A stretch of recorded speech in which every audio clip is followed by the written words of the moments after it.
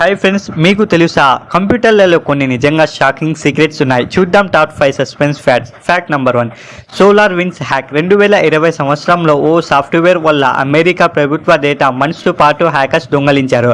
విచిత్రమైన విషయం ఏమిటంటే దొంగలించింది ఎవరికీ తెలియదు.